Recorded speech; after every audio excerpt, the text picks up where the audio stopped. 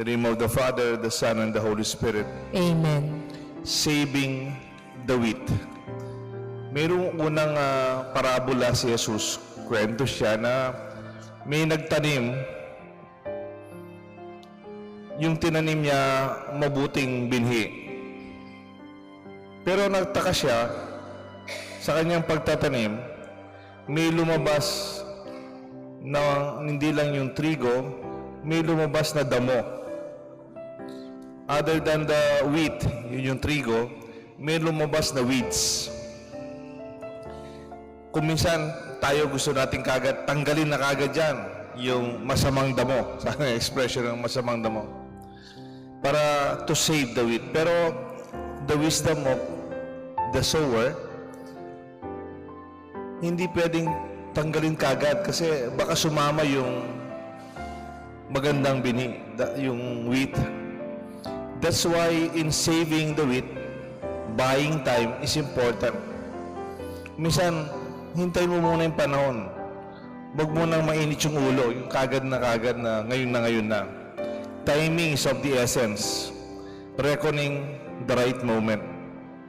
Because in His time, He makes all beautiful in His time. Ang tawag dyan, tiyempo. Tiyempo. Yung timing.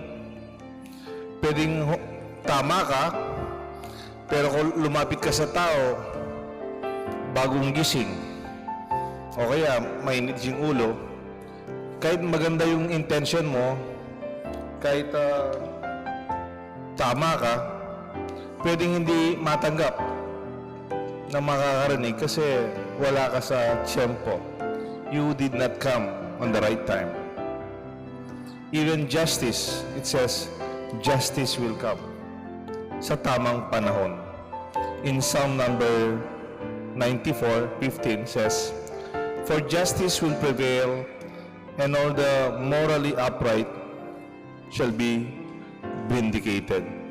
Darating yung panahon, yung mabubuting tao, mangingibabaw. Kaya nga, during desperate times, Jesus faces in just desperate times, He's calm and sensitive. Throughout the desperate moments, Jesus remained calm. Hindi siya nagpapanik, hindi siya nagiging mainit yung ulo. He remains sensitive, not only in this gospel, but also before Pilate, when he was condemned, he was calm, he was quiet. When he was crucified, he was sensitive. And he was even able to save the sinner beside him. Jesus was composed. To be sensitive is to sense the other. Parang hindi lang yung sarili mo yung nararamdaman mo. Nararamdaman ng iba. To be sensitive is to be back on your senses. Huwag kang tuliro. When you are out of your senses, you become insensitive. Wala kang pakialam kung anong nararamdaman ng ibang tao. Kung minsan you are in a panic mode, nagmamadali ka to the point that the great crowd pushing and stumbling, and then we panic. Alam niyo yung tinatawag na stampede. Halimbawa, may earthquake o kaya may sunog. Magtutulakan tayo. Out of panic and to save ourselves, we become less sensitive up to the point tayo lahat mapapahamak. Remember, the weeds grow through the cracks and through your weakness.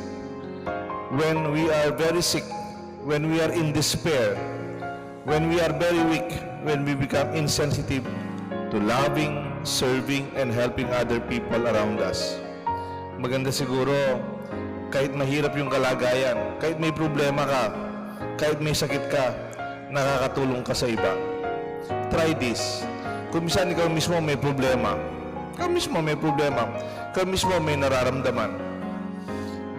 Pero when you reach out to another person to help, when you reach out to another person na nangangailangan, tignan po ninyo, naranasan nyo, ikaw mismo parang nawawalan ng problema, nababawasan ng sakit. Because you begin to veer your attention to the one in need. Hindi lang yung sarili mo ang nararamdaman mo. Meron isang song yung Eagles. Ang title niya, Desperado. Sabi na, Desperado, why you don't come to your senses? Come down from your fences and open the gate. Parang pag desperado ka, you are out of your senses, parang wala kang nararamdaman para sa iba. Kasi nga, desperado in your situation. You are in a desperate situation. Come down from your fences. Alam niyo po yung nanonood tayo ng parada, tapos nakaupo tayo sa fence, yung sa bakod, yung fence sitters, from a distance, sabi niya, come down from your fences or your defenses. Mag-isalamuha ka sa mga tao. Open the gate. Parang open the gate of your heart that indeed we can reach out to others. Let them grow together until harvest. Then, the harvest time, I will say to the harvesters, first collect the weeds and tie them up in bundles for burning, but gather the wheat into my barn. Darating din yung panahon, ang mabuti, mangingibabaw. Goodness will prevail. This is what we believe. This is our faith. In the name of the Father, the Son, and the Holy Spirit. Amen.